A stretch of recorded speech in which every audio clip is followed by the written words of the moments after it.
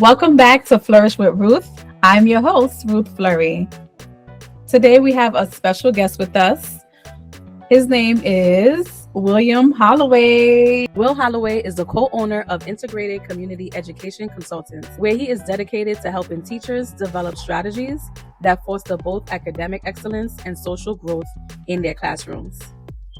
With over 25 years of experience in education, he rose from classroom teacher to his current position as an advisor at Milwaukee Area Technical College. Holloway brings a deep understanding of the challenges students and educators face today.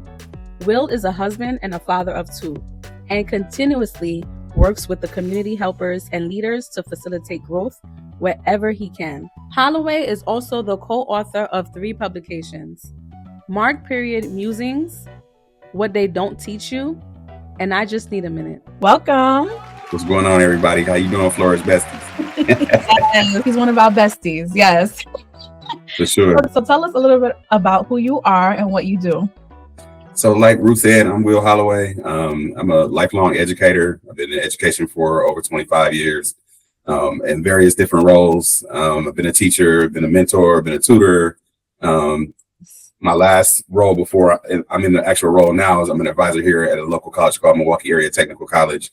And before that, I was a guidance counselor for like 13 years at a local middle school here in Milwaukee, Wisconsin. And so I transitioned right into being an advisor here. And I still work with like high school students, about 10 area high schools here, trying to make the transition from high school to college a little bit easier. And so, like I said, been in education a long time, seen a lot, worked with a lot of families, community agencies and things like that, to be able to make these bridges a little bit smoother for our youth and for, our students that are coming up nowadays. Mm-hmm. Thank you so much for all the work you do. We definitely need more representation, more Sure. Black and brown males in these industries, so that way the youth can see people who look like them and be inspired. I have your wonderful book here that you are the co-writer of. I Just Need a Minute. Sure, I just need a minute. Right. And I know you wrote it for the guys, and I have my sons reading it, but I've been looking into it as well. So Yeah, for sure. I just gave one to a student, a female student who kind of was struggling a little bit. And so I felt like she may have benefited from the strategies and things that are in there. And so it's really for anybody. But of course, we wanted to start with, our guys, because, there's not a lot going on for the guys in certain spaces. And we need a little bit more for us to be able to understand, how to break down certain things that are going on with us, certain stereotypes that come along with being a man and things like that, and breaking through some of those things. Right. Yeah. So thank you so much for writing this book with our good friend Walter, our brother. My boy Walt. That's my boy Walt. Yes, Walt. So what inspired you? Tell us, what inspired you to co-write I Just Need a Minute? So I was working with our guy Walt on some stuff. We had done a podcast a couple of years ago with a couple other men, and we were talking and trying to sift through some of the things that men go through and experience. Yeah. And almost a year after that, we have been talking throughout that time, but we have been talking about putting together something to be able to put out so men can have like a tangible product with like some strategies and some tips and some suggestions on how to navigate being a man. And so one of the things that Walt and I do is we check on each other every day. I text him, he texts me, we ask each other how we're doing. And sometimes we give the generic answer, like I'm cool or I'm good. And then later on down the line, it's like, no, I'm not. So let me really kind of have this conversation with you. And from those conversations, we recognize that like, okay, so what are we doing that's working? What are we doing that's not working? Talking to other gentlemen that we know about some of the same kind of things. And we ended up compiling these strategies to be able to say like, okay, let's just figure something out. So we came up with I Just Need a Minute. It actually was something that Walt was saying. And we kind of were like going back and forth, like that might be the title. Right. I just need a minute. For sure. And so just it took us about a year of compiling things and going back and forth and editing and getting the look that we wanted and all those types of things for the actual journal. But just really seeing that men were struggling and that they didn't have a place to put it. Didn't always have the strategies and the tips to be able to, work themselves through whatever they were going through, including us. There were things that we were doing. There were things that we were struggling with, and having somebody to kind of bounce those ideas off always was like helpful. And so kind of got you back in the game, gave you a little bit of a reset. And so we wanted to be able to share that with, the men in our communities and, just give us another, thing to be able to use as opposed to, what we've been taught to use, which is to be angry or, lash out in certain ways. And we just didn't want to see that in our communities that much anymore. And so definitely wanted to develop it for the men in our communities, but also like you said, it's something that anybody can use. At the time when we really first put it out, I noticed that there were a lot of women approaching and saying that I just need a minute too. And so it was like, well, some of the strategies in there are kind of universal. And so anybody can use. Right. Yeah. But it's good for women to read this, like for moms, if you have your sons, your spouse, right? Sure. It's good to touch it, like read it so you know what men need as well, right? Because again, men are supposed to be strong. Men don't cry, right? And then sometimes that, we got to throw that away though, but they'll teach the boys, you're not supposed to cry, toughen up. But it's part of emotions. We're human beings, right? Sure. So this is really good. Again, yes, it's for men, but maybe women, before you gift it to a man in your life or your son, read it and look and see like the valuable gems that you put in here and you'll use it as well. Yeah. I totally agree. And I've had a lot of women come to me and talk about, things that their brothers were experiencing or their cousins or, all kinds of people, all kinds of men, but they would read it first to say, and there were things in there that I could use, but there was also things that I saw that like, I didn't recognize that men were even going through this because we're not really having the conversations. We're not really getting to that piece. And so, with this, it may have opened up another conversation, another avenue to be able to talk about some of the things that people were experiencing. And again, not only men, because you see that men are going through these things, right? But then there's a counterpart to that, right? There's a woman aspect of it and what she may be experiencing. And now since, that part may be opened up where you can actually deal with your emotions a little bit better, now we can start having some conversations to kind of push us forward a little bit. Right. And it starts somewhere because, as you know, some men, women too, but some men still don't believe in therapy, especially our Caribbean folks, like they definitely heavy on that. So no, for sure. It's a good way, like, okay, fine. You don't want to go get therapy yet, but you know what's happened to this? Yeah, let's start light. You know what I mean? Let's start light. Right. For sure. I like it. Yeah. Pause and process, self-talk, which I'm big on that as well with reflection. Recently also launched a journal called Flourish for women. And my why was like I'm tired of seeing women bashing each other. Right. For sure. It's like, where's the unity? Where's the love where you can be great at this and I'm not, and I can learn from you, and I'm great maybe in this area and you could come and learn from me. It doesn't have to be hate. Let's grow in love, Can you take us back to the moment in your life when you realized I need a minute? I just need a minute.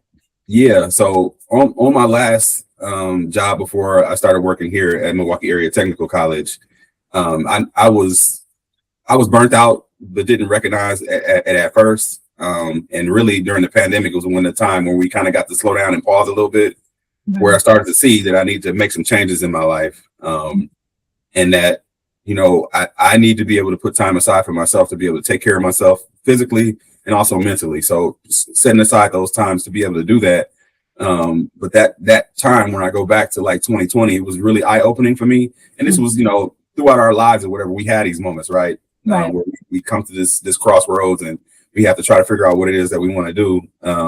But I think that me being a little bit older at that point in time and kind of doing some introspection on what was going on with me really helped me open my eyes and say, you know what, you've been pouring a lot into a lot of people. Yeah.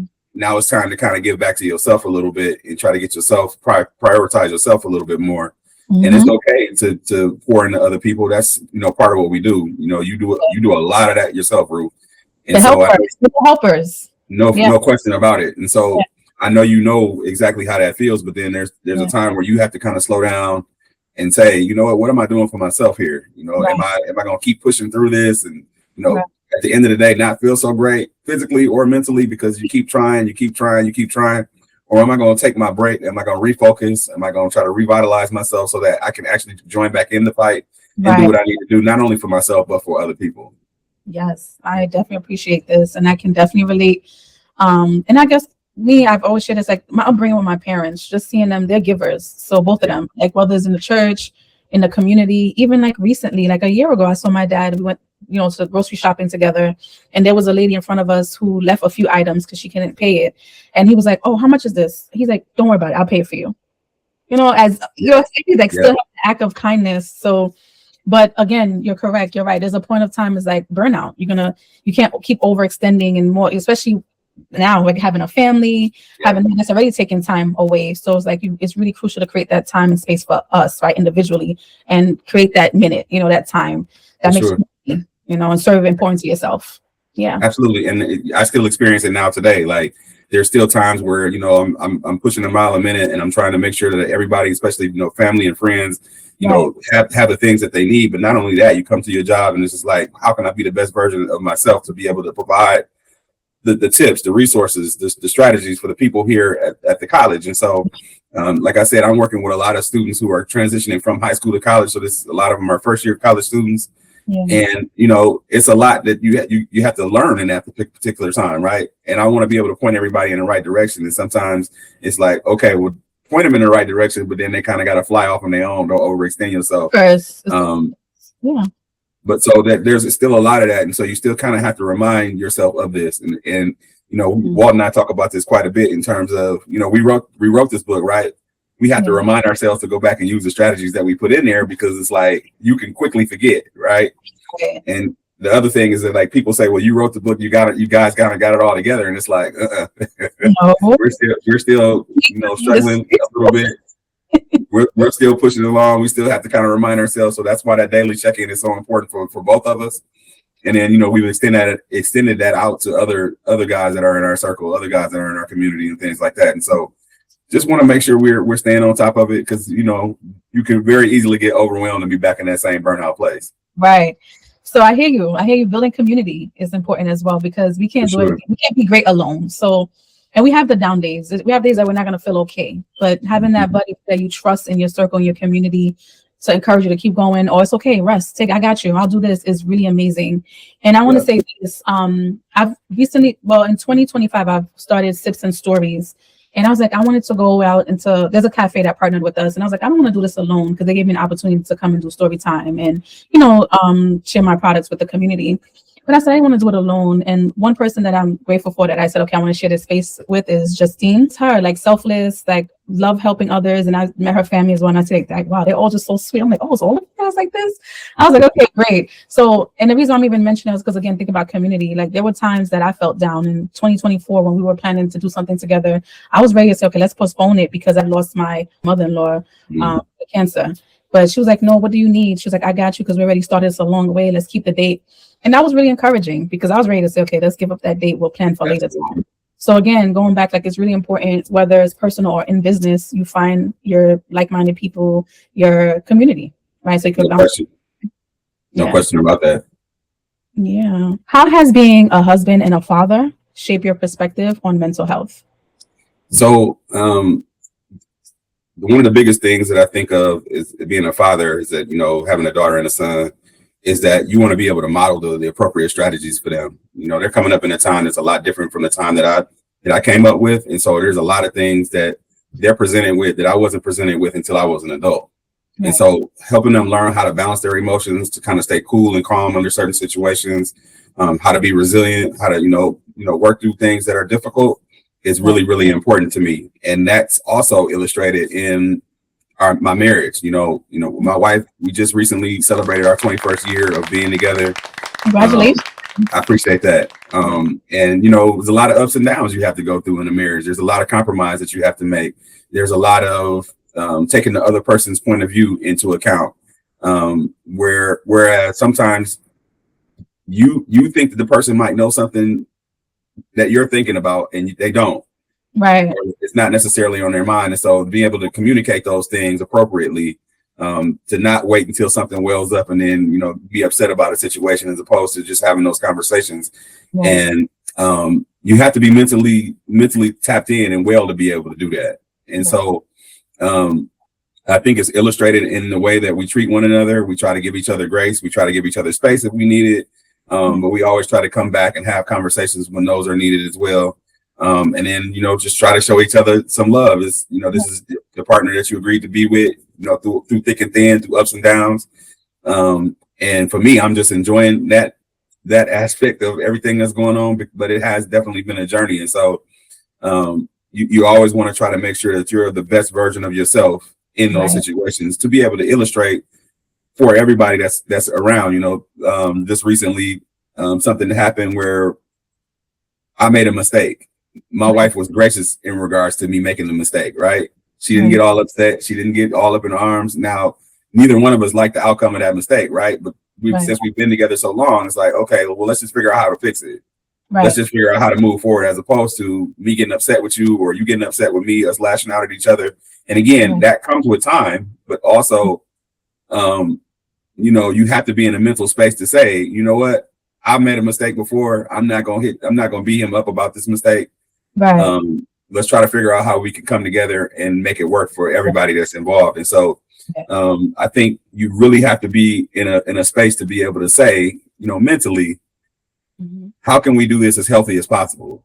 How can we do this as productive and positive as possible without, going to, some of those emotions that we necessarily don't want to go into at that particular time. And so, of course, we still get upset. Of course, we still get frustrated.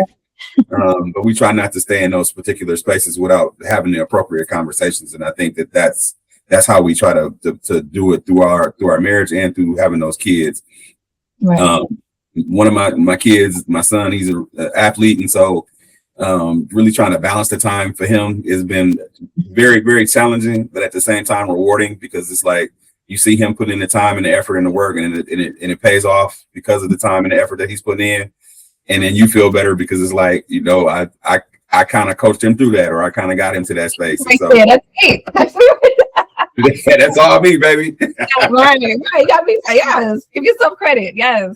Absolutely. No. It's, you got a part in it. It's not necessarily all you. They have to do the work, and so you're just proud to be able to see them, push through some difficult situations sometimes, and find that resilience, find that, and again, that's all about some of the strategies that we talk about in our journal, and so you can just see it illustrated in all different aspects of the life that you have going for yourself. Right. Breathing techniques are good. Yes. In a time of moments of high emotion, you gotta go, okay, you know what? Yep. Absolutely. Yes. Absolutely. Got to take that time to be able to calm down and recenter yourself, and maybe walk on a little bit of grass. Find a fabric that you can touch that might be calming for you. All kinds of little things that we got going that helps you, be able to get yourself back down to a level 0. Mm-hmm. Yes, definitely. So let's talk more about men's mental health. Mm-hmm. Why do you think so many men struggle in silence? So that's a great question. But what I think happens a lot of times is that we have watched other men do the same thing. We've been taught that this is what you do. Like I said a little bit earlier, we've only been able to tap into 2 emotions for many of the men that I know, many of the men that probably that and that's anger, and then at times it's happiness, right? Yeah. But there's a plethora of emotions in between, and but it hasn't been seen as something that you actually do as a man because of these stereotypes. We have taught each other to be the strong, silent type and not say anything about what's going on with us, because this is kind of what we've been taught. And we've come from a lot of men who were in survival mode. Those men that were in survival mode passed that down to us, whether it was advertently or inadvertently, whether they did it on purpose or whether they just were, this is just kind of where they were. You said something a little earlier that many of us don't want to go to therapy, right? It's a taboo thing for us, right? Right. 20, 30 years ago, it was almost unheard of for us to be able to do that. And so now we kind of have these avenues to be able to express ourselves a little bit better, but we still kind of had that same residue, that same trauma, that same, those same stereotypes that we're living with and dealing with, and not necessarily finding the proper outlets to be able to put those things. And so it's kind of sometimes, and unfortunately, we've used this against each other in our race. We've used it against each other to say that you're weak, and that you men don't cry. It's one of the biggest things that you hear when you're growing up. You still see that even after this day. Men don't really talk about their problems. They just kind of internalize it and keep it pushing. And for a lot of us, that's killing us on the inside. And so I think that's why so many of us struggle in silence, is because it's something that we've been teaching to one another and we've been passing it down. And unfortunately, we're in a time that we can do this, but unfortunately, some of us are really still stuck. We have to unlearn a lot of things that we were taught. Yeah. Yep. The key is unlearning. Now, it's never too late to learn something new. And like you said, unlearn the mistakes that are not beneficial for us. Absolutely. What are some signs that a man may be struggling emotionally, but not saying it? That they seem to have a quick trigger. Small things seem to irritate them or agitate them. You can see sometimes where it's just kind of on their mind, that they're kind of heavy. Right. You can see it in the way that they're approaching things. They're not as, so there are a lot of guys that I know, and I was this guy at one point in time where I'm always in a great mood, right? I'm always trying to be cheerful. I'm always trying to be happy and upbeat. But when things continuously compound, and you're not really finding an appropriate place to put that, you find that the mood kind of changes a little bit quicker, that you get a little bit more impatient, that you're not as accessible anymore. A lot of times these guys are off by themselves. And again, it's nothing wrong with being off by yourself, because the title of our book is I Just Need a Minute. So there is times where you do need to kind of go off on yourself and reflect, but are you doing the appropriate reflection? And so sometimes that's not happening. Guys are coming right back into situations, guys that can't walk away from a situation without being upset, without taking that time to be like, let me step away and process this for a second. When they have to actually figure it out right then and there, and they seem to be a little bit on edge, those to me are always kind of like red flags for they're not necessarily appropriately taking care of themselves. Okay. Diet is another big thing. What we choose to kind of eat, what we choose to put in our bodies. Are we putting the appropriate food in our bodies? Are we getting those vegetable intake, that fruit intake? Are we drinking enough water? Are we getting enough sleep? All of those different things can be kind of triggering. I know a lot of guys who they work long hours and they're not taking those breaks because they feel like it's all on me. If I don't do this, then X, Y, and Z won't happen. Yeah, and that's dangerous. And so you got to be able to take time to step away, because your body will tell on you at some point in time. It'll make you sit down when I was just to say that it will make you sit down. Yeah, no question. And God forbid, especially in our communities where high blood pressure and hypertension and all these different things spike because you're not properly taking care of yourself, and you're working all these long hours, and it's kind of stressing yourself up. Right. God forbid that something terrible happens, you know what I mean? But there always are these little signs that say, hey, buddy, you got to sit down for the weekend. You got to get this rest. Yes. And so there are so many different red flags that we can see in our communities, but those just are a few that I noticed. Yeah. Yeah. Thank you. Very valuable. Which is right. The healthy eating and exercise. That's been the thing. I've been seeing a lot of people taking it seriously, but I feel like it's good for us to inform the youth early, right? No question. Making healthier and better choices from a younger age. Don't wait till you're in your 30s and 40s. So absolutely. Yeah. Absolutely. How can we create safer spaces for men to open up and feel safe? So that's another good question. It's something that I think that we need to just kind of do in our communities in regards to some of the older guys, the middle-aged guys just need to really start having conversations with some of the younger guys.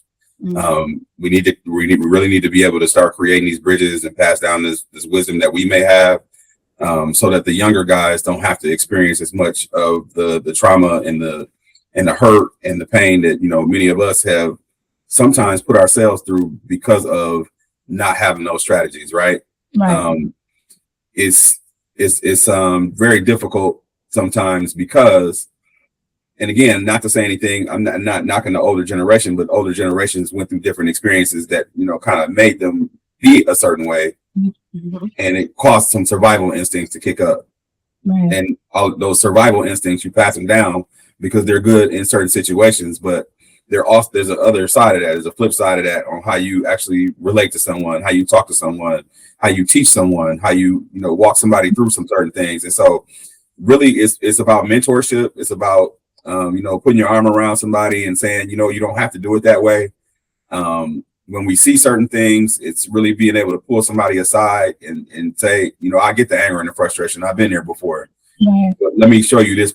Let me show you how to do it this way so that you're not causing yourself another problem because you're angry and frustrated. And so I think, and again, I think one of the biggest things that, the biggest resources that we have as Black men is Black women.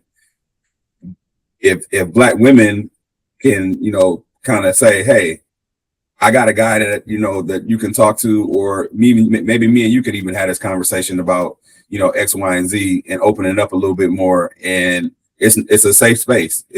I'm not going to judge you based on what's going on, because, do any of us have the right to judge, first of all. Right.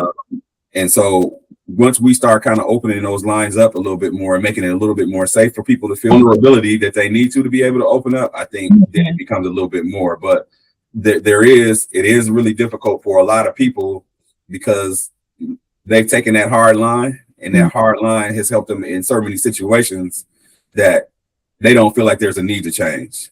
And so that part of it is difficult. But I think the more we start doing that, the more people could kind of see that in our communities. And again, starting with our communities and then branching out from there, we open that up a little bit more and more each day by saying, you know what, there's no judgment here. It's just us talking.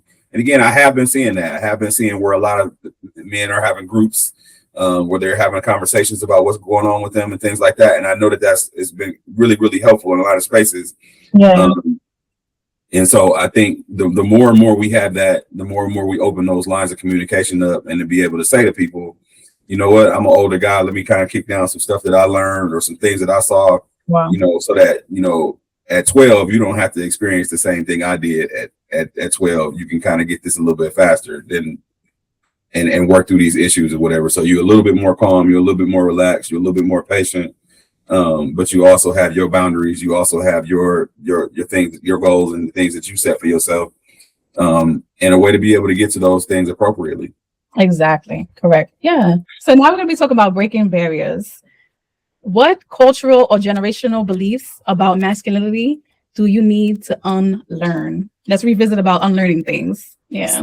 So, one of the first things that we talk about in our journal is that very thing that we grew up with, these stereotypes that every man has to be tough, every man has to be rugged, you have to be this manly, this manly every man, and you have to know how to do every single thing that a quote unquote man is supposed to know, right? And that's not true. Everybody's at a different level, everybody's at a different experience, and all of it should be respected. And so that's one of the biggest things, that you don't cry, you internalize the feelings, you just keep going. And that's something that we've already touched on a little bit, but those are the things that I think kind of hinder us in a lot of different ways.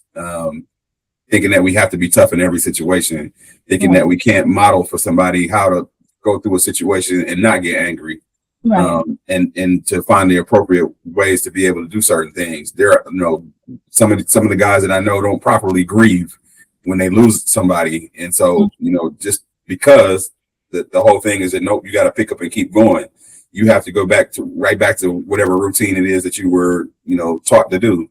Right. And sometimes you actually need to take that break to properly grieve, or to properly deal with a loss, or deal with, an adverse situation. And so, for me, that's one of the major things that we talk about in our book, that every man is going to be different. Right. But we think that everybody is the same, and that's not the case. There are going to be things that that I don't know, and that's okay. Like you said before, it could be a thing that I could be learning from you, as a man. But I have to be able to humble myself to be able to do that, right? I have to be able to come to the table saying I don't know, and that not allow my pride to take hold of me and believe that force myself to look like something that I'm really not. And so that's, to me, one of the major things that we talk about, is to don't have this belief that you have to do and be everything that everybody thinks you should be as a man. And we hear a lot of things about a real man wouldn't do this, or a real man wouldn't do that. And it's just like, I try not to worry about those things, because I'm in my space, and I've been operating in my space for a long period of time, and recognizing that I may have some limitations that other men don't have, that it's okay. Exactly. It's okay. That's where people fall into, like, the comparison, right? Like, we have to stop comparing ourselves to others, and also silent the noise. Absolutely. People always have something. I'm going to keep saying that. Just a reminder for myself and for you and for everyone else that'll be watching. People will always have something to say, and you can't take in the negative words and naysayers, right? So you got to focus on you and then if you're a believer, pray to God and ask for that strength and the guidance. Absolutely. Yeah. I think a lot of us get caught up into what social media says, and sometimes these unfair, unreal portrayals of what people should be. Right. And it's like I'm so far away from some of that. You know what I mean? And that's okay. Yeah. I'm not going to allow myself to be judged by some fictional everyman, some Superman character that really doesn't exist. And so, but again, it's dangerous because you can find yourself going down these rabbit holes on social media and believing so many of the things that people say, not realizing that when that camera goes off or when those people walk away from that, they actually have to live a real life. And that sometimes doesn't reflect what you see on social media. That's true. That's true. Social media and also people next to you. Sometimes, and I've been hearing this a lot also, even sometimes family members, right? Sure. Or people you grew up with that you thought it would be there for all seasons for life. And you learn that certain things that are happening, changes in your life, that they can't go along with you, or they don't encourage you, uplifting you, they're doubting you. And you start to leave them because that's family or that's someone I grew up with. So those two, well, aside from the social media, it's like sometimes even people you love or close. It's right next to you. Right next to you. Right next. I heard you say this before, Ruth. And again, it's kind of a testament to me and you being connected with each other and supporting one another and trying to. Sometimes it's outside of that circle that you grew up with, or outside of that circle that you're around all the time. Sometimes you have to, and that's not to say that everybody in that circle is bad, but they have a different way of thinking. And sometimes it's like, you know what, I need a new and fresh perspective on what's going on, right? So I can always tap in with you. I can always say, okay, what is Ruth saying today on the YouTube channel, right? And it's a positive message that I needed to hear at that particular time that I wasn't hearing anywhere else, right? And so to be able to separate yourself sometimes from those, like you said, sometimes everybody's not going to be able to go. It's just not feasible because again, they're stuck and sometimes they want you to be stuck with them. And it's just like, well, no, I can't allow myself to get caught up here. And so I'm going to, go to the place where I can hear those ideas, be able to flourish. Go to those, nice little plug for you here, Ruth. Right. But like we want to be able to grow. We want to be able to make progress. We want to be able to develop. And then we want to be able to be that example for those people who are coming behind us or those who are watching us, and illustrate some of those things to be able to say, you don't have to stay in this particular place. You can actually go out and do a little bit more than what you normally would see and hear. Right. Right. Yeah. And that has been amazing as well. Like through my journey I was studying educational leadership, and just so that he was already in that field. And that's what you want. Wherever you're trying to get to, you have to associate with people that are there and willing to help, because not everyone's willing to. He was one of the people willing to help and was very supportive. You're both amazing. I love what you're doing with the youth. Thank you. Pouring and creating time, like pouring into me, being available, which I really appreciate. So thank you. But that iron sharpens iron, Ruth. I think that's one of the major things that we take a look at. You are doing a lot of wonderful things on your side, and it's good to be affiliated with people who are like-minded and want to, like we said, want to be a helper to somebody else. Wants to be wants to be that linchpin in somebody's life that actually moves them forward. And so to be able to find people who are in that particular space, and again, there's certain things that that I don't know, certain things that I might be able to add to your experience, and it's just like it's just a wonderful thing to be able to find people in that realm. Right. And we flourish together. No question. Right. Put the pieces together. So yeah. Absolutely. Beautiful. Yeah. How can partners, families, and friends better support the men in their lives? By helping them understand that it's okay for you to have feelings. It's okay for you to express yourself. Make a space for them to be able to do that. It's okay if you actually do need that minute to go away and process, to go away and journal. It's to help them understand that it's okay to have boundaries. It's okay to have standards, and to be accepting of that. There are a lot of times when, and again, you see this a lot on social media, but also, like you said, it could be right next to you where I might have a standard and I'm looked at as, well, men generally don't do that. And it's just like, well, I'm doing it. You know, I can't worry about what everybody else is doing. This is what's appropriate for me, and being able to respect that's happening, because again, there are a lot of times when, you know, anybody can have a boundary or whatever, and you want to make sure that you don't overstep that boundary. Correct. And so to be able to say to the men that that's okay for you to be a part of that process too is a major thing. And so sitting down and reading I Just Need a Minute, sitting down and reading the Flourish journal together, some of those times, and doing some of those things together, because you learn so much more about your partner when you can actually have these deep conversations about what's going on with you, right? As before, we might feel like, well, I can't have this conversation with you, right? Sometimes you do need a mediator. Sometimes you do need a therapist. Sometimes you do need somebody to be able to help you, you know, work through that. But if you've come to a point where it's just like, well, something has to change, again, we can always start with, you know, what we got. We can always start with I Just Need a Minute. We can always start with our Flourish journal. We can always start with, you know, some smaller steps to be able to get us to a bigger picture. And so for me, it's always just opening up, making it be a non-judgment zone, right? Maybe setting aside a time for, okay, let's set aside a time for us to be able to have a real conversation this week about what's going on with you, what's going on with me, and see how we can collaborate with each other and communicate and cooperate with each other on how to make things get better. Let's sit down and set some goals for each other. If we do get upset, what's the rule about getting upset? Do we want to walk away for a minute and then come back to it? But really having some of those real conversations with each other and breaking down, you know, how we want to set these parameters so that you feel safe and I feel safe. And having the conversations that we need to have. And so I think the more partners do that with their men and the men in their lives, the easier it'll get in regards to them being able to have the appropriate conversations that they need to have, and taking the appropriate steps and setting the appropriate goals, and, you know, taking it one step at a time. One step at a time. I appreciate that. Do you have some Caribbean male friends? I don't, to be honest with you. I kind of noticed that it's taboo in so many of the Caribbean cultures for you to be able to have some of these conversations.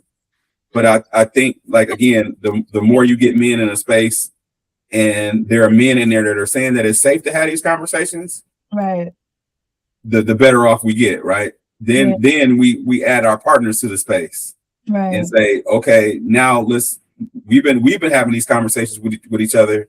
Now it's time to invite our spouses and our partners to these spaces so that we can also have a conversation with them.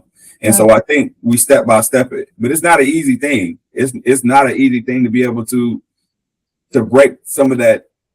I mean, some of this stuff and the traditions and all. Absolutely, it is really hard to be able to break that in so many different cultures, and because of what we've been taught. And also, you know, people have taken advantage of us in so many of these situations where we've been vulnerable. And so I think that's a lot of what scares men as well. That once you open up and you say certain things about your experience, that could come back to haunt you later on down the line. And so a lot of people are guarded and have that wall up. And again, it's not just men, it's women too. But we kind of put ourselves in this safer space, and we say, well, I'm not coming out of that space, because once I come out, now I can be attacked, or now it can be used against me. And so again, it's really understanding that this is not one of those spaces where I'm going to attack you for what you're telling me about. And I'm not going to use that against you. I'm not going to bring it back up later in an argument that we're having and make you feel, you know, less than. So the more and more we kind of open that up, and again, it's about understanding yourself. It's about understanding where your triggers are. It's about understanding what boundaries that you should have and what goals that you have for yourself. The more and more people are doing that individual work, the more we can be able to come back together to be able to do the group work too. Yes, I appreciate that. The individual work is really important, because start with us. Even if, let's talk about therapy for a second. Even if you're going to therapy, they can't tell you what to do, right? Correct.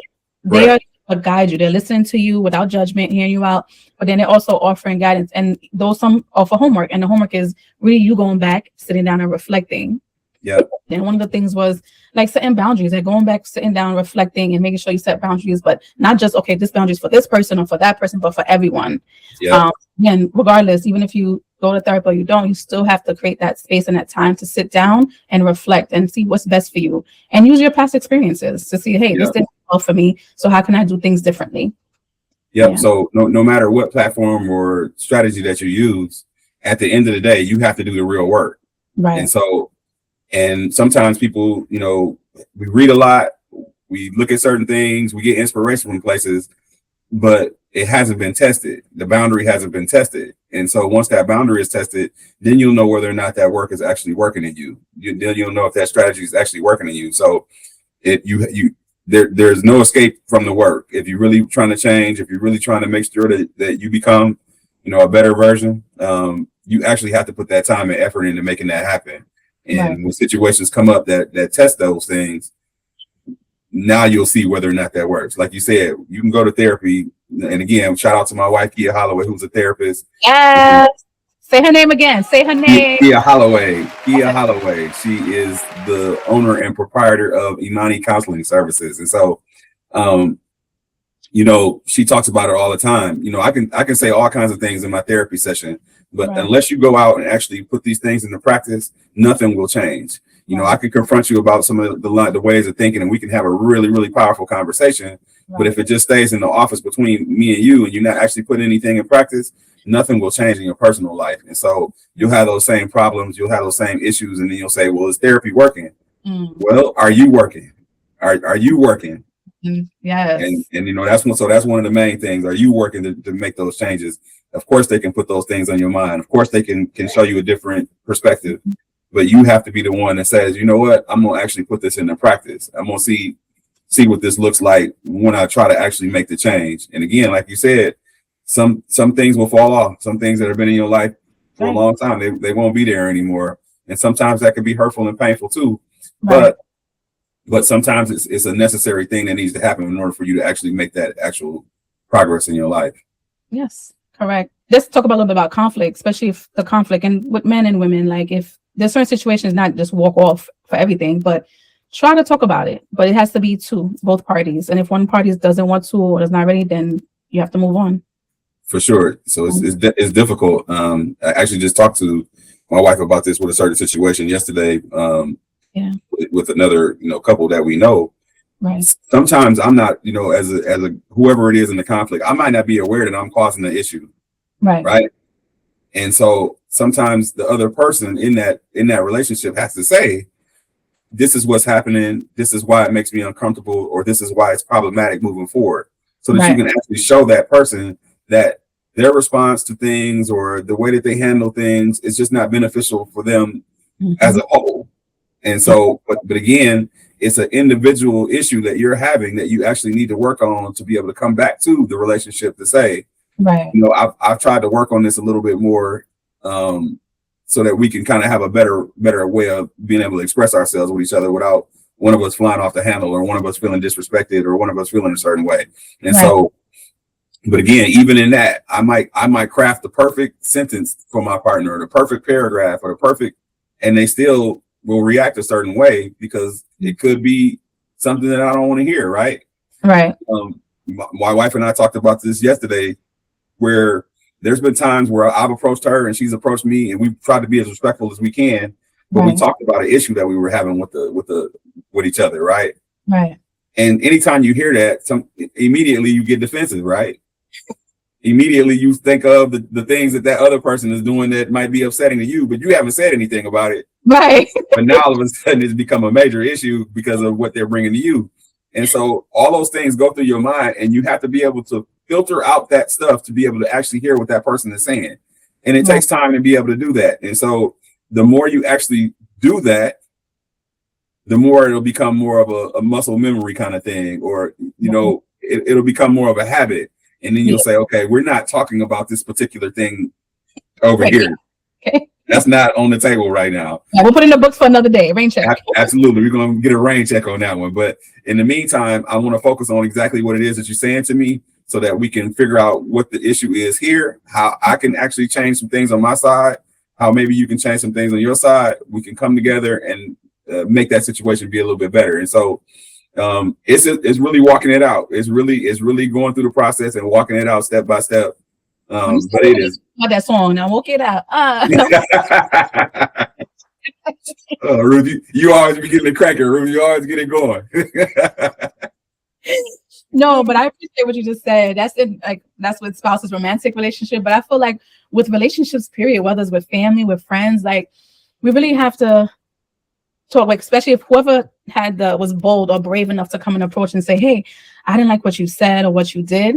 We have to understand that because that person took the initiative first to come and talk about it. So even if he or she may have done something, you could say, there's a few things I would like to discuss too, but we'll discuss another time because you want to validate how she feels or how he feels in the moment because they took the initiative to come and talk about it. So I appreciate that.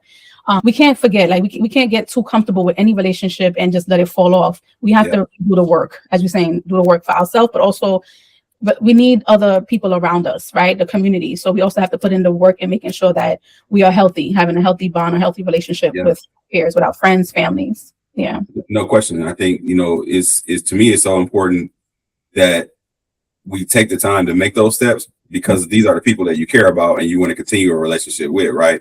Right. And so sometimes having to put your own thoughts and feelings aside to be able to listen and hear out that what that other person is saying and really look inside yourself to say, you know what, they're right. I do that. I have done that. I have, and again, and I didn't recognize that was actually a problem for them. So I appreciate them being able to come and tell me because it takes a lot of courage to be able to do that. But at the same time, it's just like, it can still be frustrating because it's like, okay, now I done did something wrong again, right?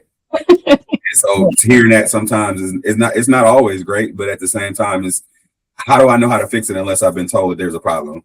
Right, exactly. Because you're not in their mind. So I think it's just changing our perspective all around, right? Like just knowing, hey, let's be open-minded to hear the feedback and correct it. Because sometimes people could take things the wrong way. That was not your intent. But if they didn't say anything, you would never have a chance to correct that. They will be thinking that you're this bad person or you're insensitive or whatever their thoughts were. So it's really good when people do have the courage to come and say how they feel and talk about it, especially men, because we're known as females, we're known to be more open with expressing ourselves. But it's even with men as well. Like it's good when the guys speak up and say something like, okay, it's an opportunity to talk about it, validate how he feels. And then also if there's something that may have been taken the wrong way, time to correct it. Yeah. So being open-minded. For sure. Let's talk about healing and growth. What does healing look like for you personally? So healing looks like I was doing something wrong. I looked inside of myself and figured out how to either change that or get the help and resources that I needed to be able to address that issue and then start to move forward based on that. Not staying stuck or beating myself up. We talked about a little while ago that Walt and I went out and worked with a group called Serenity Inn. Shout out to Ken Genlack, who was the owner of this establishment where there are men in recovery. And we talked about a concept that I brought to them of there's kind of two voices that we listen to in our heads a lot of times. There's the coach and there's the critic. And we can't allow the critic to get so loud that it drowns out the coach, because that coach is the one that's actually trying to get you to, reaching your goals, trying to get you to, recognize the positive. And that critic sometimes, now the critic is still important because the critic does help you understand limitation. It does help you understand their boundaries. It does help you understand that you may not be there yet, right? But the coach is there to kind of say, okay, we're not there yet, but let's start taking the steps to be able to get there. And so in having those conversations, we kept helping them understand that, you may not be starting from where somebody else is, but you can't worry about somebody else's experience. You have to start from where you need to start, but you can't over-identify with the addiction. The addiction is not the person.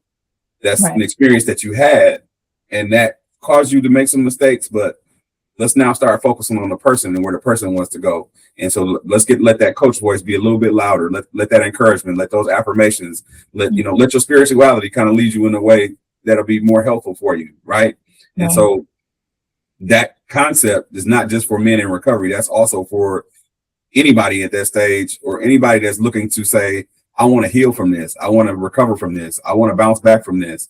And again, all of it takes work, but those two voices are really major and important in being able to help you say, okay, the critic said these things about me or whatever, but I'm not going to over-identify with all of those things because I want to actually be in a place where I'm moving up. And so I need to listen to my coach And again, if you are a good coach, you're going to give step-by-step directions on how we meet our objectives. Right.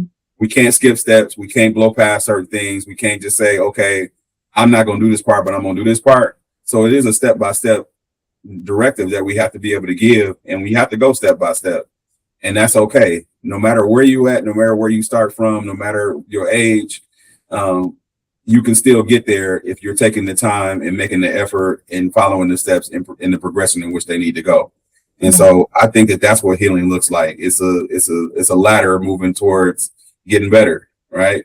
But you have to have it in your mind that this is what you want to do, and that you may have some difficult days, you may have some difficult times, and you're going to have some experiences that are going to challenge you a little bit. But if you're willing to actually be open-minded, if you're willing to unlearn, if you're willing to relearn, if you're willing to, be humble and, listen to certain people about how it is that you're able to do that, you can actually get to that point to where you feel like I'm whole now. I feel a whole lot better about who I am and where I'm going, and, even how I got there. A lot of times we have these bad experiences shape us and mold us into actually being better people a lot of times if we choose to learn from them. But if we wallow in them, if we stay in that place, then we can't necessarily get there. You said something earlier too about, there are people in our lives that sometimes they don't have a better thing to tell you, right? And sometimes that's the voice of that critic that I'm talking about. It doesn't always have to be internal, but we do internalize it, right? Right. And so sometimes we have to say, okay, I heard what they said, but I'm not going to stay in that place. I'm not going to just accept everything that they say in regards to this, because I want to actually move forward. So I do have to find people that are going to coach me up, right? Even sometimes when my inner coach is not doing well, I can talk to a friend of mine and says, "No, Will, you can do this. Yeah. I've actually seen you, take on certain things and be able to do that, but you have to, get your mind prepared to be able to do it and take the time to be able to do it." And that's it. And so, sometimes it's an internal thing, sometimes it's an external thing, but we always have to try to balance it out between those two voices. Definitely balance it out. Yep. You're right. And I would say you're right. We do need critics. We do need that constructive feedback, but it's really important to be mindful who you're, getting it from. You want to make sure someone who really cares about you, who's genuine, like, okay, I want what's best for you, not you that want to crush you. Absolutely. Absolutely. What are some practical ways men can begin prioritizing their mental health? So some of the things that, we talk about in our journal is first of all, journaling. That's one of the biggest things that we talk about, right? I know for me in the morning, I set a routine for myself for every day. I get up, I read my Bible. I go through, to my prayer and meditation. So I start my day with that. Sometimes even before that, I start out in silence for a few minutes before I even start with my day. Then I go into my reading. Then I go into, a little bit of meditation and prayer. Then I go into exercise, right? Because I want to start my day off in a proper fashion. Then I know I got to jump right into my routine for the day of getting my son to school, getting to work, getting started with my day. But I also, in that time, I'm visualizing how I want my day to go. Sometimes I'm writing down the things that I know I want to do for that particular day. And so sometimes I don't get to my whole list, but a lot of times that goes into the next day. So at the end of the day, I want to look at my list and see, did I get to the things that I said that I wanted to get to? Right. If I didn't get to those things, it's okay. Now, how can I prioritize making sure I get some exercise tomorrow, making sure I'm actually writing down some of these things, making sure that I'm writing down, right? And in those frustrating moments, we talked about this. Can I step away, close my eyes, and take a deep breath? Can I, take some time, 2 or 3 minutes to be able to breathe deeply and to refocus and to just say, you know what, you got this. This is not something that's uncommon. This is a problem that you've had before. Just think on the proper ways to be able to handle it, and let's try to move forward. But you have to actually take that time for yourself to be able to say, let me process my way through this. I don't have to react poorly. And I think that sometimes taking that time to be able to do that is helpful. Now, with that being said, I had to be intentional about having this routine every day. I had to make sure that I'm saying, okay, in the morning, this is what you're going to do. Throughout the day, this is what you do. This is what you want to try to remember. This is what you want to try to to stay on top of, and having people in my life, coaches and critics, that say, okay, you need to get back to that. You need to continuously do that. This is something that we said we were going to do. Absolutely. No question about it. Having that person in your life to say, you need to stay on top of that because that was working for you. And so you need to try to get back to that. Right. Again, Walt is a great friend and coach for me in this particular way. And I like to try to think that I'm that way with him too. And so always trying to tap in with each other and say, what you got going on? You've been in the gym, what you're reading, can we stop for a minute and kind of think about this? Let's process our way through that. If there's any advice that I can give him to say, no, bro, you don't have to do that. Do this, we always try to do that. And again, there's other guys in my community, in my family, that I can tap in with to be able to make that happen. But you have to be able to find those people in your life to say, okay, I know I can tap in with this guy and he'll, give me something that I can use. Right. But again, you want to start internalizing some of those things that you don't always have to do that because it really starts with you. Right. Let's talk about a little bit of the friendship. Like, how do you know, and talking about for the men, like with you, based on your experience, how do you know when this person is the right person that you need to tap into and keep close to you when in those time of needs, right? When you need to do reflection and you need a little bit of insight from someone else. How do you know that this person is right? For me, I always see it in their daily walk. It's not just that they do that with me, it's that that's what they do. Right. You find that there are people they're just genuine helpers. They don't necessarily want anything in return. Right. It's just in them to be this particular way. And so when you find that, and it's just like, that's genuinely and organically how I want to be myself. Right. And so when you see that, it's like almost like you want to reflect the same things that they're doing back. Right. But not only with them, but with the people that you come into contact with on a daily basis. Yes. Yeah. The people that you're working with, the people that you're talking with, the people that you're striving with. So when you see that, you definitely want to be able to, continuously tap in with that. And now the other part about that is all of us are going to have a weak moment, right? Sometimes you can see that person is having a weak moment, and now it's your turn to pour something back into them. And so it's imperative that we are continuously lifting each other up and building each other up, because this is a hard life. And for a lot of us, we've intentionally chosen a hard path because it's something that we're passionate about. It's something that we want to do. It's something that we want to affect change. Right. But it's hard to do. And so, and it's hard to do, and it's hard to stay consistent about it. And it's hard to stay in a positive mood all the time.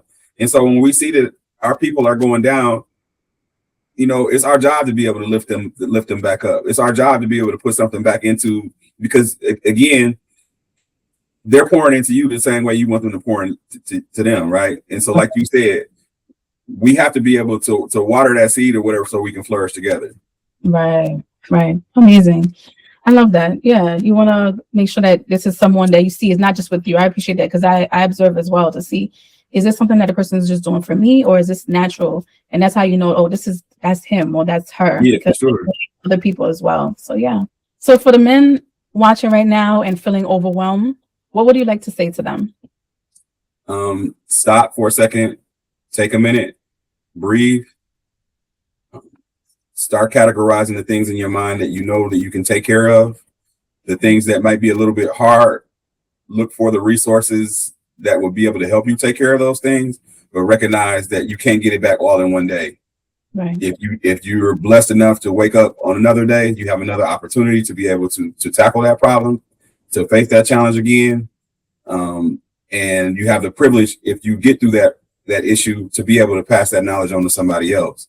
And so it's all about us being able to, again, as individuals, find our space, find our balance, but also in that, help others find their balance as well. And so for those men who are feeling overwhelmed, stop, take a breath, really go through and categorize those things in your mind and like, okay, what is it that what can I fix right now? Right. What can I do right now and what can I do to change the trajectory of how things are going? Right. Is it something about my attitude? Is it something about my response? Is it something that I may need to seek somebody else out to be able to help me walk my way through that? Am I having the same experience over and over and over and over again? So what about that is my doing?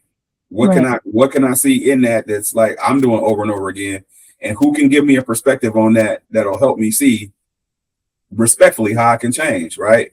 And so for the men that are overwhelmed, it's know that it's okay to be overwhelmed, but also know that it's okay to stop and take a minute and reflect and to pause and to meditate and to do some of those things that'll actually get you back just thinking, okay, I think I got a firmer handle on this now. Right. I think I can kind of see the ways to be able to help me be able to process my way through the issues that I may be going through. Right. Well said. What does it truly mean to flourish as a man? That you know that you've taken the time and put in the steps to be able to create a routine for yourself, boundaries for yourself, and that it not only it's not only in you, but it comes out of you, and it makes the people around you better. You help create an example for others that people, and again, for me, I'm not always doing everything for credit, right?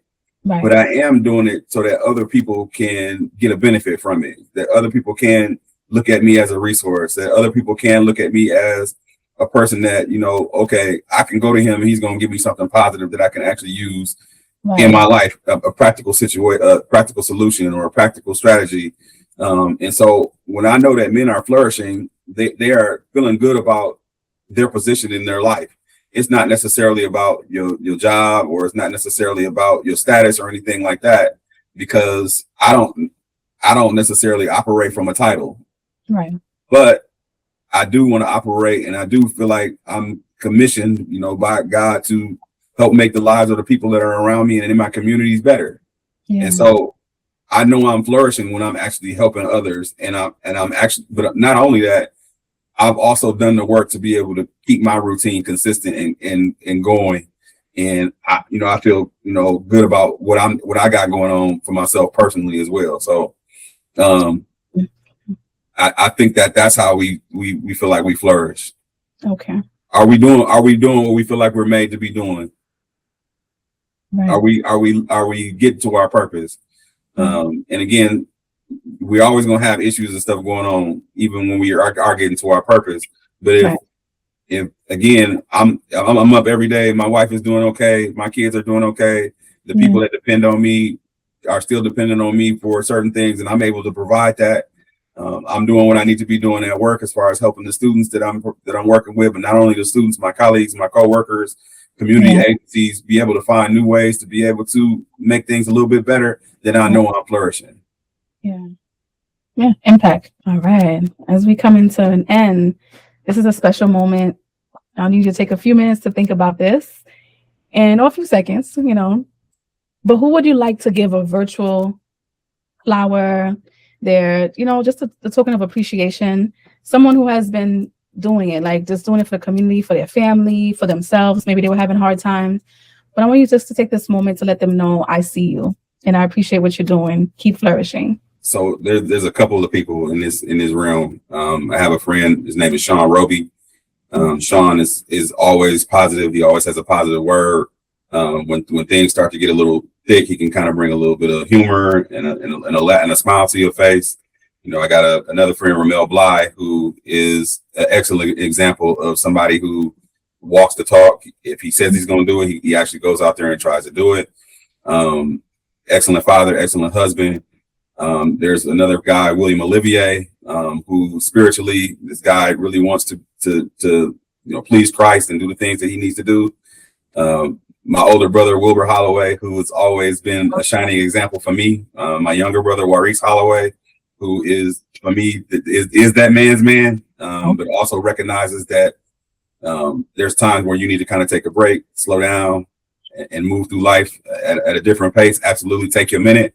And of course, my dude, Walt Cullen, my guy is doing so much for so many different people and trying to make an impact.